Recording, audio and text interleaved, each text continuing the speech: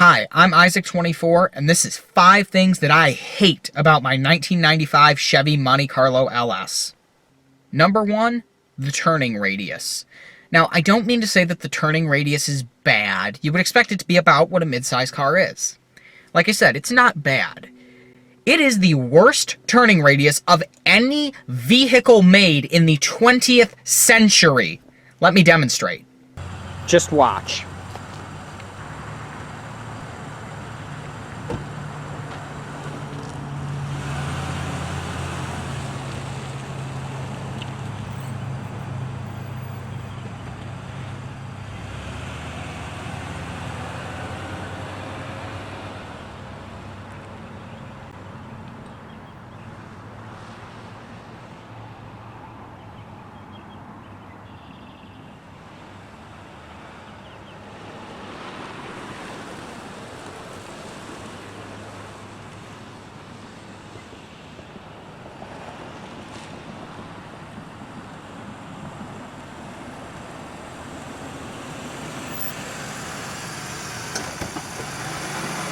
I don't know if that was the best test of turning radius ever, but it's the best you're gonna get. Just take my word for it. It is absolutely horrid. Number 2, the visibility. Take a look. Seeing out the front, no problem. Seeing out the side, no problem. Seeing behind you, pretty much no problem. Looking in your mirrors, well, yeah. For comparison, my hand is bigger than this mirror. Now, these were the optional sport mirrors, and you would think, oh, well, that's probably not so bad as long as the rear view is bigger. Nope. No, it isn't. And from where I am, you cannot see the whole rear windshield. This car was literally cited when new for having piss-poor visibility. It's astounding how bad the visibility is out of this thing, and I hope this camera does it justice. Number 3, the cup holder situation. Okay, I'm going to pan down the center stack, and you tell me what you see.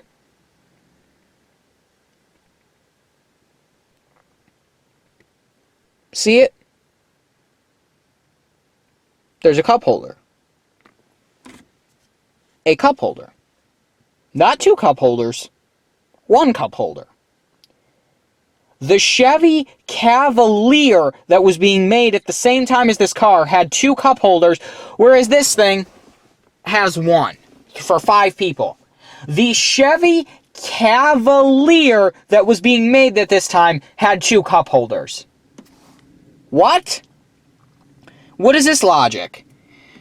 I keep hand sanitizer in my car, and I put it in there, so I basically have no cup holders. God forbid I have to go and get drinks because I'm with somebody and we need a place to set our coffee cups. Nope, guess one of you is just holding it, sorry. The sad part is that the version of this car that didn't have the center console, that had the column shifter instead, and it had a bench seat here, it had 2 cup holders. One that popped out from down here somewhere and looked really stupid because it covered the radio, and another one right here. So yeah. That is probably my number 1 thing I hate most about this car, I would say, if not definitely in the top 3, is that there's only 1 cup holder. It's ridiculous. Now, sure, it beats having none, but come on. It wouldn't have taken that much effort just to redesign the console a little bit to give you 1 cup holder. If anything, or 2. If anything, take the ashtray and either put it here on the door or in the middle. It would have made a lot more sense.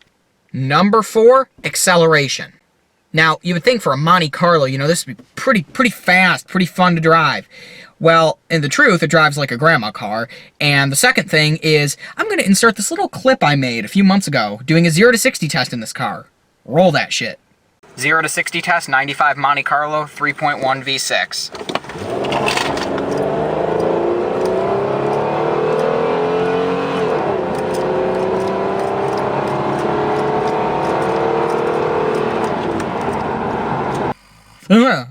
Oh, we made it to 60? Good job. I only fell asleep in the meantime. Yeah, for a Monte Carlo, you would think you're driving a Buick Century. You really would.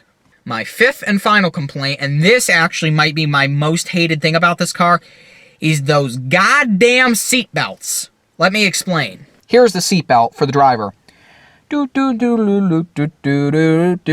comes up, it goes through the little loop that GM did to bring it closer to you, and then it goes into the wall.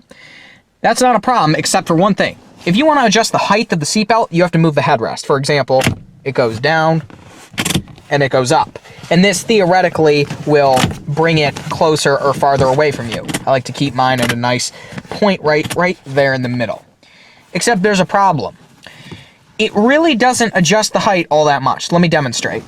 If I put the seatbelt on and I buckle it, and I have the headrest all the way down like this, and I drive in my normal position, it's coming across my neck a little bit. So you jack it up. And guess what? The problem doesn't go away. You remove it from the little guide, and the problem is now made worse. So you put it back in the guide, and you jack the height of the seat all the way up.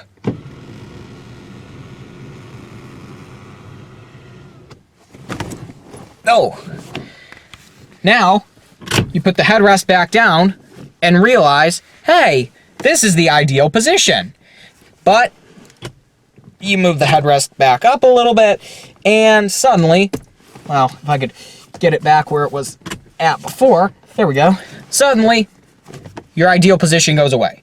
So if you don't want your neck to touch the seatbelt, put the headrest all the way down and sit all the way up. Granted, for most normal people who don't sit all the way up, this is going to cause some irritation. Even if you put the headrest all the way up, it doesn't work. Now, typically the headrest would be about in this position to safely protect my head. The problem is when I do that, my neck is being surgically opened by a seatbelt. So I have to move it. It's hard to do with one hand. Down a click. So my head is almost at the back of it, or almost at the top, and my neck is only sort of being cut open by a seatbelt. And all this could be fixed with one simple solution. Make this thing go down a little to here, because then it would go sort of in this motion, and it wouldn't hurt you as much, right? That's what the simple solution would be. No go.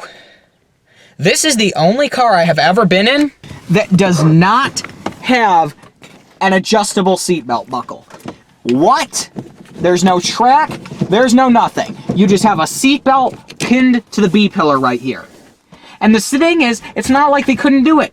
The four-door version of this car has this, and it shows it in the owner's manual. You hold this little bar here and move this like up here or down here. So it's not like they couldn't do it, they just didn't for some reason. I wonder if they thought maybe these loops would be sufficient, but no, they're really not sufficient. What we need is a seatbelt that isn't all the way up here or all the way down here. We need one right about in this region. These loops, contrary to what you would think, General Motors, only move the position of where the seatbelt touches you a little bit. They don't move the location of the seatbelt. Watch. If I buckle the seatbelt, watch this. It really doesn't change where the seatbelt cuts into your neck at. It is really a bad design, and I really don't understand why they couldn't just put adjustable seatbelt levers in this car. It wouldn't be that hard. So anyways, that is 5 things that I hate about my 1995 Chevy Monte Carlo LS. Thanks for watching. Feel free to subscribe and click like if you like what you see, and follow me on the web, wix.com/theelevatorworld/fans. Bye-bye.